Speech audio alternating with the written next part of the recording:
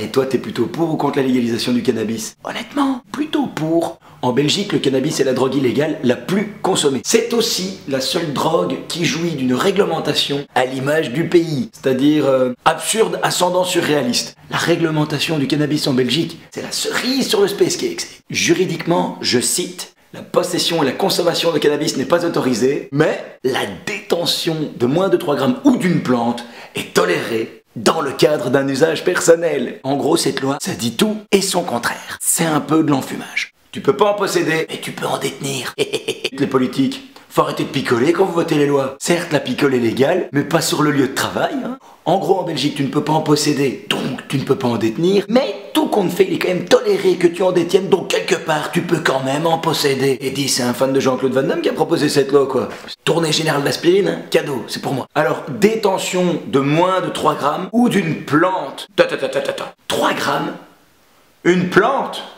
Dites-moi, je veux bien, mais entre 3 grammes et une plante, il y a une différence approximative de 150 grammes. Franchement, le mec qui arrive à produire seulement 3 grammes avec une plante, sans être méchant, qui laisse tomber la botanique, quoi. Alors, autour du cannabis, il y a toujours eu énormément d'hypocrisie.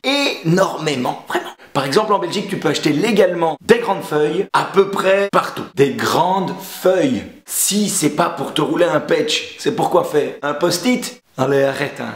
Bon, après tu peux aussi acheter des cartes, une effriteuse, une douille. Extra, non? En gros, tous les produits qui sont utiles pour consommer du cannabis sont en vente légalement. Bienvenue au bal de l'hypocrisie. Alors attention, je ne fais pas l'apologie du cannabis, mais faut reconnaître que c'est quand même sympa. Malheureusement, ce n'est pas fait pour tout le monde. Et non, nous ne sommes pas tous égaux face aux drogues. C'est une réalité, c'est comme ça. Le cannabis, ça a beau être une drogue douce, chez certains, ça peut être violent. Moi j'ai des amis, quand ils fument, ils deviennent complètement parano, c'est un truc de fou.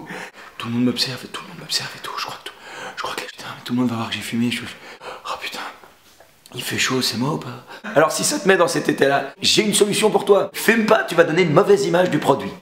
Merci d'avance. Bon, tout ça pour dire qu'on pourrait suivre l'exemple des Pays-Bas. Vous imaginez le nombre d'emplois qu'il y a moyen de créer? Rien qu'en 2010, cette plante a rapporté aux Pays-Bas plus de 2 milliards d'euros. 2 milliards d'euros en Belgique, ça représente le trou dans le budget une fois tous les 6 mois. Bon, avant que ce soit légalisé, il faudra encore du temps, je pense. N'empêche, ça c'est le summum de l'arrogance humaine dans toute sa splendeur. Parce que le cannabis, à la base, c'est une plante naturelle.